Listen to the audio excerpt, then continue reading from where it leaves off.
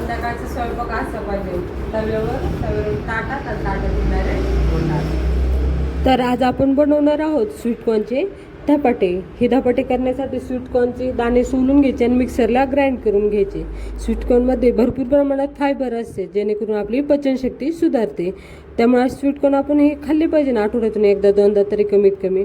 त्यानंतर आता याचा मसाला तयार करून घेऊ. त्यासाठी जिरे, लसूण, हिरवी मिरची, ओव्याची पानं, कोथिंबीर, चवीनुसार मीठ आणि हळद घालायचे आणि वाटून घ्यायचं. वाटल्यानंतर एका परातीत ना जे वाटलेले दाणे होते मकाचे ते घ्यायचे. त्यामध्ये 4 चमचे ज्वारीचं पीठ, 1 चमचा तांदळाचं पीठ, 1 चमचा हरभरा डाळीचं पीठ आणि 1.5 चमचा गव्हाचं पीठ हे सर्व टाकायचं. आणि त्यानंतर वरून तेलाचं मोहन, थोडेसे तीळ आणि जो वाटलेला ठेचा होता एकत्र करायचं. छान पाणी घालून मळून घ्यायचं. मळल्यानंतर हे पीठ एक 10 मिनटं विश्रांतीसाठी ठेवून द्यायचं. त्यानंतर ओलं कापड घ्यायचं. ओल्या कापडावरती छान हे धपाटे थापून घ्यायचे. थापल्यानंतर त्याला वरच्या बाजूने तीळ लावून घ्यायचे आणि होल पाडून घ्यायचे. होल तेल सोडण्यासाठी लागतात, त्यामुळे असे हे होल पाडून घ्यायचे. आणि तव्याला तेल लावून एका बाजूने भाजून घ्यायचे, दुसऱ्या बाजूने वरून तीळ लावायचे आणि झाकण ठेवायचं.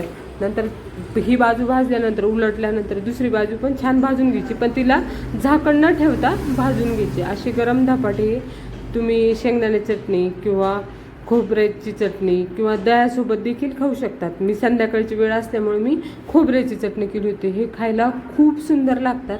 तुम्ही एकदा नक्की करून बघा. धन्यवाद.